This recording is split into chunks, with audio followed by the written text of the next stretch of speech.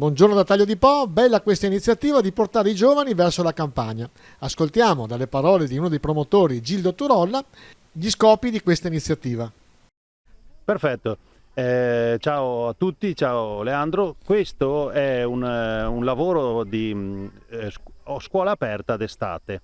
In pratica, su base volontaria, gli alunni sono invitati a partecipare a delle attività che non sono le classiche attività nel banco di scuola, ma dei compiti di realtà dove loro possono esprimere l'entusiasmo, la voglia di stare insieme, che è mancata purtroppo in questo ultimo periodo a causa del coronavirus. Quindi i ragazzi hanno potuto sperimentare la vita all'aria aperta, la collaborazione, la socializzazione attraverso la cura dell'orto.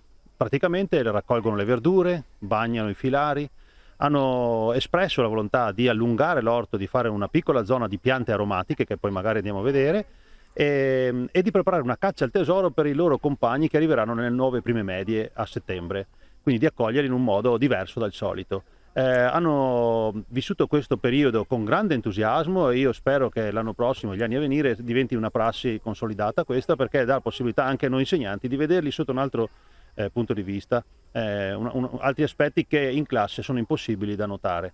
I ragazzi si sono divertiti tantissimo e mi hanno ringraziato perché li ho fatti lavorare. Questa cosa, insomma, a me ha colpito molto il fatto che dicevano: professore, è stato bellissimo lavorare. Quindi, insomma, È stata un'esperienza a livello volontario, nel senso che i ragazzini potevano scegliere o meno di venire. Quanta adesione c'è stata? Una buona adesione, direi, insomma, un bel gruppo, abbiamo lavorato bene, sono stati molto bravi, sia la puntualità, la precisione, l'educazione, no? Il lavoro che hanno fatto i ragazzi è anche frutto di un altro lavoro che è stato fatto dalla classe prima A quest'anno, un'unità di apprendimento basata proprio sugli ortaggi.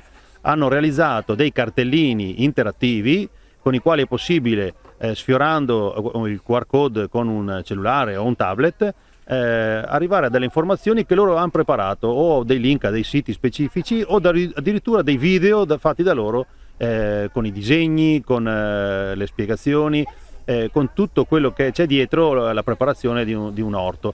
Quindi sulla base di quel lavoro lì si è innestato questo, quindi da cosa sta nascendo cosa, e questo ci fa ben sperare. Si tratta di attività che servono a complementare i ragazzi, quindi il loro percorso di formazione, perché la scuola, ricordiamolo, non è solamente un luogo dove apprendere nozioni, conoscenze, ma proprio un luogo di formazione a 360 gradi, per cui aiuta anche l'alunno a svilupparsi nelle sue capacità, che possono essere anche extrascolastiche.